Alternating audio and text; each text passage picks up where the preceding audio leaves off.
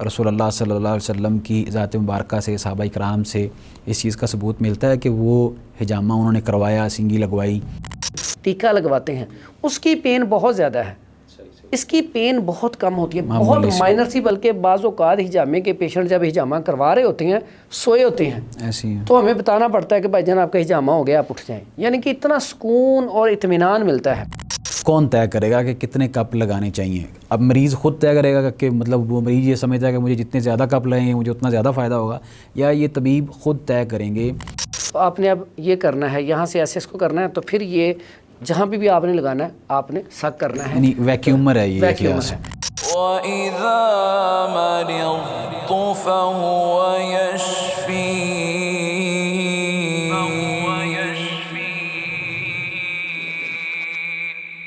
بسم اللہ الرحمن الرحیم۔ السلام علیکم ورحمۃ اللہ وبرکاتہ۔ ناظرین، طب و حکمت سیریز میں ایک مرتبہ پھر ہم آپ کو خوش آمدید کہتے ہیں۔ آج کا جو ہمارا پروگرام ہے اس کا تعلق بڑے اہم موضوع کے ساتھ ہے، اور جدید ٹیکنالوجی کے ساتھ ساتھ یہ جو قدیم طریقہ علاج ہے یہ بہت زیادہ مقبول ہوتا جا رہا ہے، خاص طور پہ چائنا کے اندر اور دیگر ممالک کے اندر بھی۔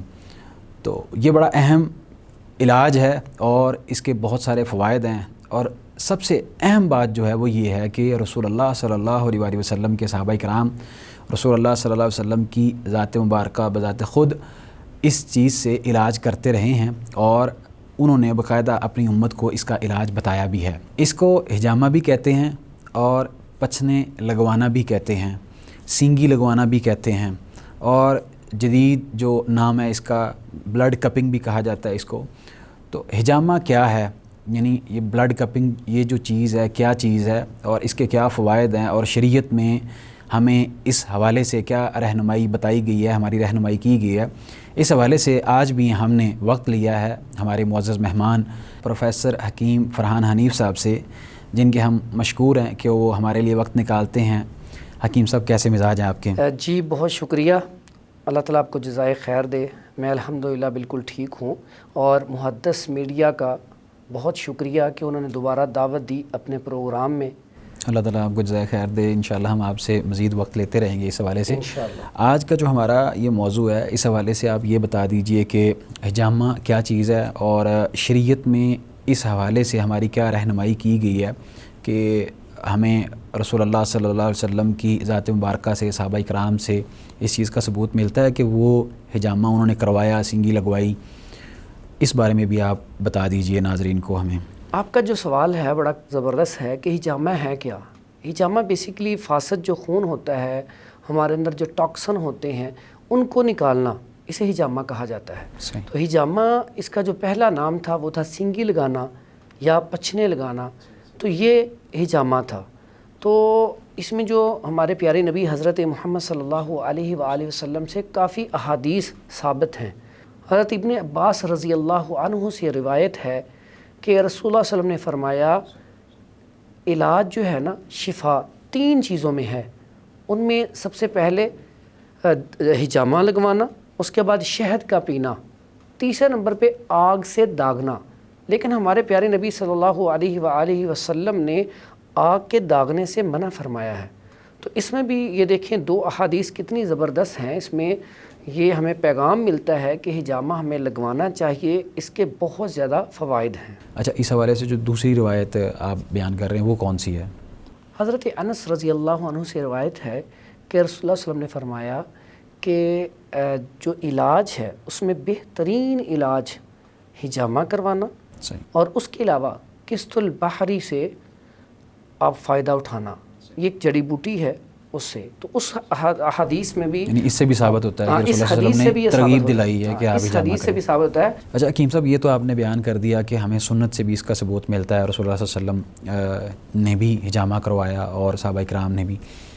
یہ جو حجامہ کپنگ ہے اس کے ذریعے سے ہمیں کون سے فوائد حاصل ہوتے ہیں؟ مطلب اگر ایک انسان جو ہے وہ جا کے خون کی بوتل کسی کو ڈونیٹ کر دیتا ہے تو وہ بھی تو خون اس کے اندر سے نکل جاتا ہے، لیکن اسپیشلی حجامہ لگوانا اور پھر پوائنٹس کے اوپر لگانا اور وہ طے کون کرے گا، یہ جو چیزیں ہیں، اور پھر اس کے بعد ہمیں کون سے فوائد حاصل ہوں گے، اس کے بارے میں بیان کر دیجئے۔ اور جو اس کا طریقہ کار تھا زمانہ قدیم میں وہ کیا ہوا کرتا تھا، یعنی اس کے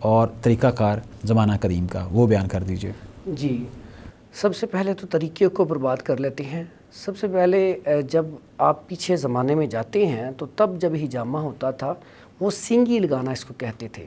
تو وہ یہ جو سینگ ہوتے ہیں نا، وہ سینگ کو اندر سے تراش کر اوپر سے ایک سوراخ چھوڑتے تھے، تو وہ جہاں پہ بھی ہجامہ کرنا ہوتا وہاں پہ وہ لگا کے تو منہ کے ذریعے وہ خون کھینچتے تھے، سک کرتے، ٹھیک ہے۔ صحیح۔ تو اس سے پھر جیسے ہم یہاں پہ کپنگ کرتے ہیں اسی طرح پھر وہ اسے کیا جاتا۔ اس کے بعد جو اسٹرلائز اس وقت تو دور نہیں تھا، جو بھی بلیڈ میسر ہوتا اسے کٹ لگتے، اس کے بعد اس کو صاف کر دیا جاتا۔ یہ پہلا طریقہ تھا، اور اس کے بعد اس کے اوپر مٹی کو لگایا جاتا، ٹھیک ہے۔ تو آپ دیکھیں پچھلے زمانوں میں جہاں پہ بھی کوئی کٹ لگ جاتا تھا تو فوری طور پہ مٹی لگا دی جاتی تھی، ٹھیک۔ اس کے بعد آج جو جدت آ گئی ہے، جدید دور آ گیا ہے، اس میں مٹیریل سارا چینج ہو گیا ہے، صحیح، تو یہاں آسانی کے لیے آسانی پیدا کر دی گئی ہے۔ اس میں ہمارے پاس سامان میسر ہے۔ اس میں اب ایک گن چائنا نے نکال دی ہے۔ چائنا اس میں بہت آگے ہے، اور بڑے عرصے سے چائنا جو ہے ہجامہ وہاں پہ ہو رہا ہے۔ اور اگر دیکھا جائے تو جس طرح ہمارے پہلے لوگ بھول چکے تھے، جو چائنا نے یاد کروایا ہے کہ یہ علاج بہت کمال کا علاج ہے، تو اس میں انہوں نے پھر جو نئی چیزیں نکالی ہیں انہوں نے پھر کیا کیا ہے۔ ایک تو میں آپ کو تھوڑا سا سامان بھی اس کا دکھا دیتا ہوں کہ انہوں نے اب یہ گن نکالی ہے۔ اچھا، اس کے ذریعے آپ نا یہ دیکھیں، آپ یہ اس طرح کے کپ بنا دیے گئے ہیں، جیسے وہاں پہ آپ لیتے تھے سینگ، تو آپ نے اب یہ کرنا ہے، یہاں سے ایسے اس کو کرنا ہے، تو پھر یہ جہاں پہ بھی آپ نے لگانا ہے آپ نے سک کرنا ہے، یعنی ویکیومر ہے یہ، ویکیومر ہے۔ اس سے آپ ویکیوم کریں گے تو وہ جلد جو ہے وہ کھینچ لے گی۔ ہاں جی، تو یہ اب بڑا آسان علاج ہو گیا ہے۔ اور اس میں اب انہی کپ کے ذریعے آپ آئل تھراپی بھی کر سکتے ہیں، یہ آئل تھراپی کے لیے علیحدہ کپ ہیں، اور اس کے بعد آپ بلڈ کپنگ بھی کر سکتے ہیں، آپ ڈرائی کپنگ بھی کر سکتے ہیں۔ تینوں کے فوائد بڑے کمال کے ہیں۔ اب آ جاتی ہے بات فوائد کی۔ فوائد میں میرے پاس جو الحمدللہ کافی عرصہ ہو گیا مجھے پریکٹس کرتے ہوئے، تقریباً کوئی 8 سال ہو گئے ہیں اس میں ہجامہ میں، تو ہجامہ میں میں نے بہت اچھے علاج دیکھے ہیں۔ اور میرے پاس بعض اوقات ایک پیشنٹ، میں آپ کو بتاتا ہوں ہسٹری، سورائسس ایک مرض ہے کہ وہ پورے جسم کے اوپر جو ہے آپ کے پپڑیاں سی آ جاتی ہیں، ددری ٹائپ بنتا ہے پورا وجود، حالانکہ یہاں تک کہ چہرہ بھی اور ہاتھ بھی آگے سے نا خراب ہو جاتے ہیں، تو دیکھنے والے کو بڑی الجھن آتی ہے۔ تو اس طرح کا پیشنٹ بھی الحمدللہ آئے تو ہجامے میں اس کا بڑا کمال کا رزلٹ ہے کہ جب پہلی دفعہ میں نے اس کا سیشن کیا تو اس میں الحمدللہ جب پیشنٹ آیا تو 50% اسے ریلیف ملا، اور دوسرے تیسرے مہینے الحمدللہ وہ ٹھیک ہو گیا۔ اسی طرح آپ کا بلڈ پریشر ہائی ہے، سر میں درد ہے، آپ کے پٹھوں میں کھچاؤ ہے، جسم میں درد ہے، جوڑوں میں درد ہے، اور یا لیور فیٹی، میرے پاس ایک صاحب آئے بڑی دور سے، ان کا لیور فیٹی تھا، تو انہیں ڈاکٹروں نے کہا کہ آپ نے اس کا ٹرانسپلانٹ کروا لیں، ٹھیک ہے۔ تو وہ میرے پاس آئے تو الحمدللہ میں نے 3 سے 4 سیشن کیے، تو دوبارہ جا کر رپورٹ کروائی تو ان کا لیور جو تھا الحمدللہ وہ ٹھیک ہو چکا تھا۔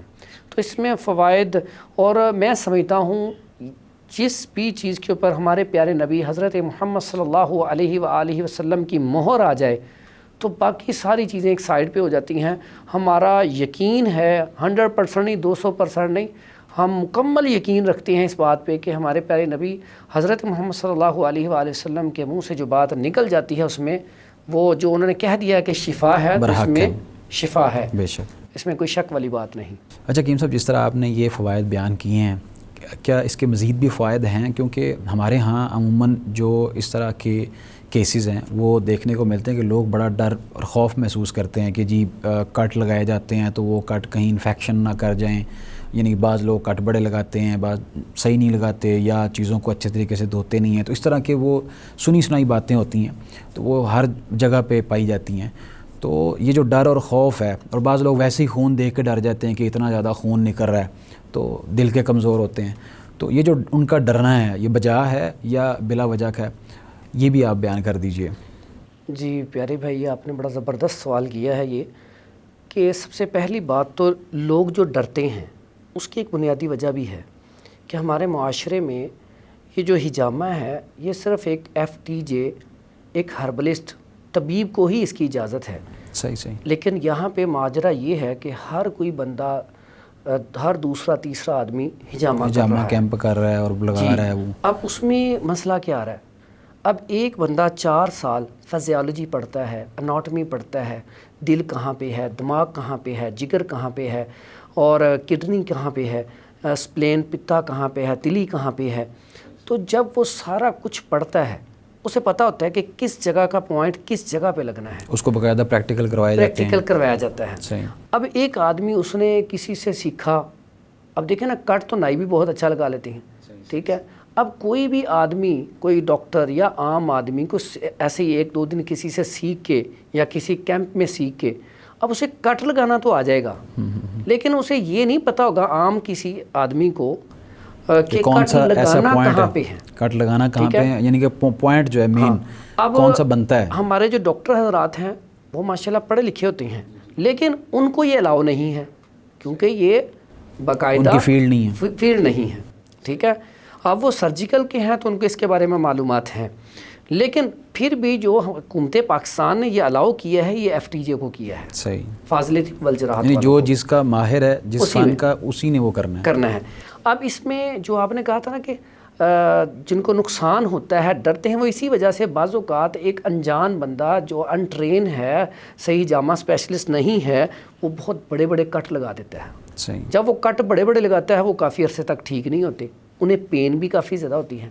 تو جب پین زیادہ ہوگی، کٹ ٹھیک نہیں ہوں گے، تو وہ تو دیکھنے والا بھی پریشان ہو گیا. اس میں کرنا کیا چاہیے؟ ایک تو سب سے پہلے جس سے بھی آپ نے ہجامہ کروانا ہے، اب دیکھیں کیا وہ کوالیفائڈ ہے، سرٹیفائڈ ہے یا نہیں ہے، وہ پڑھا لکھا ہے، ان چیزوں کو سمجھتا ہے. اس کے بعد جو مٹیریل ہے سارا صاف ستھرا مٹیریل ہے. ہاں، ہجامہ کرنے کے بعد وہ جو سامان ہے اس کو تلف کر دیتا ہے، ضائع کر دیتا ہے، یا اسی کو دوبارہ دھو کے استعمال کرتا ہے. بعض اوقات کئی لوگ بڑا سستا ہجامہ کر رہے ہوتے ہیں، لیکن وہ وہی جو ہیں کپ کو دوبارہ دھو کے صاف کر کے دوبارہ پھر لگا دیتی ہیں. تو یہ انسانی جانوں کا ضیاع ہے، یہ زیادتی ہے لوگوں کے ساتھ، اس سے ہیپاٹائٹس بڑھے گا. جی. تو اس لیے یہاں پہ ہمیں چاہیے کہ ہم ایک تو کوالیفائڈ طبیب سے کروائیں. اس کے بعد جو ڈر والی بات ہے، میں نے بہت سارے پیشنٹ کا ہجامہ کیا ہے، بہت سارے لوگ آتے ہیں بہت ڈر رہے ہوتے ہیں، پھر انہیں پہلے گائیڈ کیا جاتا ہے، سمجھایا جاتا ہے کہ جب آپ نے ہجامہ کروانا ہے تو سب سے پہلے آپ کے ذہن میں یہ بات ہو کہ ہم نے اپنے پیارے نبی حضرت محمد صلی اللہ علیہ وآلہ وسلم کی سنت کے اوپر عمل کرنا ہے. سنت کے اوپر عمل کرتے ہوئے کروائیں گے تو آپ کو اس کا اجر و ثواب بھی ملے گا. اب وہ کروائیں گے، اس کے بعد پھر اس کو تھوڑا سا گائیڈ کریں کہ جو ہم سرنج ایک لگواتے ہیں نا، انجیکشن ٹیکا لگواتے ہیں، اس کی پین بہت زیادہ ہے، اس کی پین بہت کم ہوتی ہے، بہت مائنر سی. بلکہ بعض اوقات ہجامے کے پیشنٹ جب ہجامہ کروا رہے ہوتے ہیں سوئے ہوتے ہیں، تو ہمیں بتانا پڑتا ہے کہ بھائی جان آپ کا ہجامہ ہو گیا، آپ اٹھ جائیں. یعنی کہ اتنا سکون اور اطمینان ملتا ہے. اب اس میں ہجامہ جب آپ ویکیوم کرتے ہیں نا تو وہاں سے جگہ جو ہے نا جیسے سن ہو جاتی ہے تھوڑی سی، تو محسوس نہیں ہوتا. جب آپ کٹ لگاتے ہیں تو گدگدی سی ضرور ہوتی ہے لیکن پین نہیں ہوتی.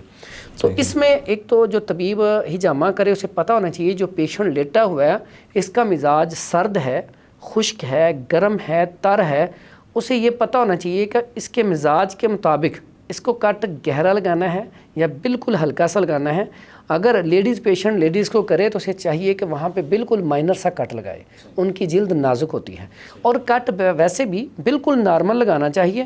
یہ نا ایک آپ نے کہہ لیں کہ ڈسٹنگ کرنی ہے، جیسے آپ نے ٹاکسن نکالنے ہیں، ایک ٹیبل ہے اس کے اوپر مٹی آ گئی ہے تو آپ نے مٹی کو صاف کرنا ہے، نہ کہ آپ زور زور سے کریں گے تو وہ شیشے کے اوپر آپ نا وہ نشانات پڑ جائیں گے. تو اس لیے یہ جو آپ کی بات ہے، ایک تو ڈر والی بات، ایسے پیشنٹ کو آپ کو چاہیے کہ آپ اسے پہلے تو کوشش کریں یا تو خمیرہ ابریشم حکیم مرشد والا کھلا دیں 1 ڈبی، اور دواء المسک معتدل جواہر دار، یا پھر خمیرہ مروارید، ان میں سے کوئی بھی 1 آدھی ڈبی مجون کی کھلا دیں چند دن، اس کے بعد ہجامہ کر لیں. نہیں تو کم از کم اس کا اگر ویسے بھی ہجامہ کرنا ہے تو اسے آپ پہلے 1 یا 2 کپ لگا کے چیک کروائیں. اگر وہ مطمئن ہو جائے، اسے پتہ چل جائے واقعی کوئی تکلیف نہیں ہے، تو پھر اسے آگے ہجامہ کروانا چاہیے. کیونکہ اگر وہ ڈر خوف میں ہجامہ کروائے گا تو اسے اس کا رزلٹ نہیں ملے گا. تو یہ اس کا اچھا. دوسرا ایک اہم سوال یہ ہے کہ بعض جو لوگ یہ سمجھتے ہیں، اور جو ہجامہ کیمپ جس طرح آپ نے کہا ہے کہ بعض اناڑی لوگ ہوتے ہیں نا تجربہ کار، تو انہوں نے چونکہ اپنا وہ ایک سلسلہ چلانا ہوتا ہے تو اس بنیاد پہ پھر وہ پیکج سستا رکھتے ہیں لیکن اپنی مرضی سے کپ زیادہ لگا دیتے ہیں. تو یہ کون طے کرے گا کہ کتنے کپ لگانے چاہیے؟ اب مریض خود طے کرے گا کہ مطلب وہ مریض یہ سمجھتا ہے کہ مجھے جتنے زیادہ کپ لگیں گے مجھے اتنا زیادہ فائدہ ہوگا، یا یہ طبیب خود طے کریں گے کہ آپ کو کتنے کپ کی ضرورت ہے آپ کی جسامت یا آپ کے مزاج کے مطابق؟ جی پیارے بھائی، اس کا جواب آپ کو پچھلے سوال میں بھی مل چکا ہے، لیکن دوبارہ ایک دفعہ واضح کر دوں، جب تک آپ کسی کوالیفائڈ اور اچھے پڑھے لکھے ہجامہ اسپیشلسٹ ہجامہ نہیں کروائیں گے تو آپ کو کیسے پتہ چلے گا؟ اب جو آپ نے بات کی پیشنٹ کی، اب پیشنٹ کے تکلیف یہاں پہ ہو رہی ہے، وہ کہے گا ایک مجھے یہاں پہ لگا دیں کپ فوراً، تو آپ طبیب ہیں، آپ کو پتہ ہونا چاہیے کہ یہ وین کہاں جاتی ہے، اس کا تعلق کس کے ساتھ ہے، اس کا کپ کہاں پہ لگنا چاہیے۔ اگر پیشنٹ کے کہنے پہ آپ لوگ اکثر آج کل یہ جو آپ نے بات کی نا کیمپوں پہ، اکثر یہی کچھ ہو رہا ہے کہ مریض آ کے کہتا ہے مجھے ایک کپ یہاں پہ لگا دیں، ایک یہاں پہ لگا دیں، ایک یہاں پہ لگا دیں، تو یہ اس کا مطلب ہے کہ وہ جو مریض آیا ہے وہ کوالیفائڈ ہے، اسے زیادہ پتہ ہے، تو اسی لیے آج کل اس کے کیس جو ہیں خراب بہت زیادہ ہو رہے ہیں۔ اور رہی بات ہے ہجامہ کیمپ کی، اگر تو ہجامہ کیمپ ایک کوالیفائڈ آدمی لگا رہا ہے، پڑھا لکھا قابل لگا رہا ہے تو اچھی بات ہے، صاف ستھرا کام کر رہا ہے، اس سے ہجامہ کو فروغ ملے گا، ہمارے پیارے نبی حضرت محمد صلی اللہ علیہ وآلہ وسلم کی سنت جو ہے لوگوں تک پہنچے گی، ہم ان کا فائدہ کریں گے۔ لیکن اگر صرف وہ پیسے کے لالچ میں، چند روپے کمانے کے چکر میں، اور جو ہے نا لوگوں کو ٹریننگ دینے کے چکر میں، کہ بعض اوقات ایسے بھی لوگ ہوتے ہیں بیچ میں کیمپ میں جنہوں نے پہلی دفعہ ہجامہ کرنا شروع کرتے ہیں وہاں پہ تو غلط بھی کیس کر دیتے ہیں، تو ایسا نہیں ہونا چاہیے، پہلے اسے سکھایا جائے پھر اسے کرنے کی اجازت دی جائے۔ آج ہمارے معاشرے میں بہت زیادہ ایسا ہو رہا ہے کہ ہجامہ سیکھنے آتے ہیں، میرے پاس خود کچھ ایسے اسٹوڈنٹ بھی آئے ہیں جنہوں نے 1 2 دفعہ 3 دفعہ لیکچر لیا ہے اور تھوڑا سا سیکھا ہے تو جا کے خود ہی اپنا کرنا شروع کر دیا، حالانکہ میں نے اجازت نہیں دی۔ اور یہ میں خود کہتا ہوں کہ یہ آپ کالج سے، اب تو یہ نصاب میں شامل ہے، جب تک آپ جس کالج میں پڑھے ہیں یا کوئی بھی جو ادارہ ہے گورنمنٹ کا، اس سے آپ کو اجازت نہیں ملتی، آپ کو ہجامہ نہیں کرنا چاہیے، لوگوں کی زندگیوں کے ساتھ نہیں کھیلنا چاہیے۔ تو اس میں آپ کا وہ جو جواب تھا وہ مل گیا کہ یہ پیشنٹ جو ہے وہ کہے وہاں پہ ہجامہ نہیں لگانا۔ اور عام جو آپ نے بات کی تھی کتنے کپ، اس میں نے بہت قابل جو ہیں ہجامہ اسپیشلسٹ دیکھے ہیں جو 1 کپ ہی صرف لگاتے ہیں، کئی 3 4 کپ لگاتے ہیں۔ یہ اس کی کنڈیشن پہ ہے، اگر اس کی حالت بہت زیادہ خراب ہے تو بعض اوقات 15 20 25 کپ بھی لگانے پڑتے ہیں، تو بعض اوقات صرف 3 4 یا 5 کپ سے ہی معاملہ حل ہو جاتا ہے۔ اچھا، ایک آپ سے جو آخری اس سیشن کا سوال ہے وہ یہ ہے کہ تاریخ بیان کی جاتی ہے کہ رسول اللہ صلی اللہ علیہ وآلہ وسلم نے چند ایام بتائے ہیں کہ ان ایام کے اندر اگر ہجامہ لگوایا جائے گا تو اس کے فوائد زیادہ ہوں گے، اس بارے میں بھی آپ رہنمائی فرما دیجئے کہ واقعتاً یہ حقیقت ہے، اس کی بھی کوئی حقیقت ہے کہ نہیں، اور دوسرا کہ وہ کون کون سے ایام ہیں؟ جی یہ بڑا زبردست سوال ہے۔ اس میں جو ہمارے پیارے نبی حضرت محمد صلی اللہ علیہ وآلہ وسلم نے جن تاریخوں میں ہجامہ لگوایا ہے وہ ہیں 17 19 اور 21 چاند کی تاریخیں ہیں، یہ یعنی اس کا تعلق چاند کے ساتھ ہے۔ صحیح۔ چاند کی 17 19 اور 21 تاریخ کو ہجامہ لگوانا، اس میں فوائد کیوں؟ ایک تو ہمارے پیارے نبی صلی اللہ علیہ وسلم نے ان دنوں میں لگوایا، دوسرا یہ جو ہے نا درمیان بنتا ہے، اس میں خون کا جو جوش ہے نا وہ معتدل حالت میں ہوتا ہے۔ صحیح۔ تو اس میں جو فوائد عام دنوں میں نہیں ملتے، اس میں اس سے زیادہ فوائد مل جاتے ہیں۔ ویسے ہجامہ عام دنوں میں بھی کروایا جا سکتا ہے، اگر آپ کی بیماری کی شدت بہت زیادہ ہے تو آپ اسی ٹائم میں لگوا سکتے ہیں، لیکن اگر آپ سنت سمجھ کے لگوانا چاہتے ہیں یا ویسے اپنی فٹنس کے لیے، کیونکہ ہجامہ میں سمجھتا ہوں کہ اگر انسان 1 2 ماہ بعد ہجامہ کرواتا رہے تو وہ ڈاکٹروں سے، طبیبوں سے بچا رہتا ہے، اس کا جو فٹنس لیول ہے وہ عام لوگوں سے زیادہ اچھا ہو جاتا ہے، کیونکہ یہ خون کی سرکولیشن کو بہتر کرتا ہے، پٹھوں کے کھچاؤ کو کم کرتا ہے، ٹھیک ہے؟ تو یہ سنت تاریخوں میں کروانا چاہیے، یہ زیادہ فضیلت ہے اور یہ سنت بھی ہے۔ تو اگر اس کے علاوہ کبھی کوئی تکلیف آ جائے تو عام دنوں میں بھی کروا سکتے ہیں۔ صحیح، بہت شکریہ حکیم صاحب، اللہ تعالیٰ آپ سے عوام الناس کی خدمت کا یہ مبارک کام لیتا رہے، اور انشاءاللہ ہم مزید آپ سے رہنمائی حاصل کرتے رہیں گے۔ ناظرین کرام، یہ تھا ہمارا آج کا پروگرام کہ ہجامہ کیا ہے اور کیا اس کا سنت سے ثبوت ملتا ہے کہ نہیں ملتا، اور یہ علاج کن سے کروانا چاہیے۔ انشاءاللہ ہم دیگر موضوعات کے ساتھ بھی حاضر ہوتے رہیں گے۔ اگر آپ کا کوئی سوال ہو تو وہ آپ ہم سے کر سکتے ہیں کمنٹ سیکشن میں۔ تب تک کے لیے آپ ہمیں دیجیے اجازت، اللہ حافظ۔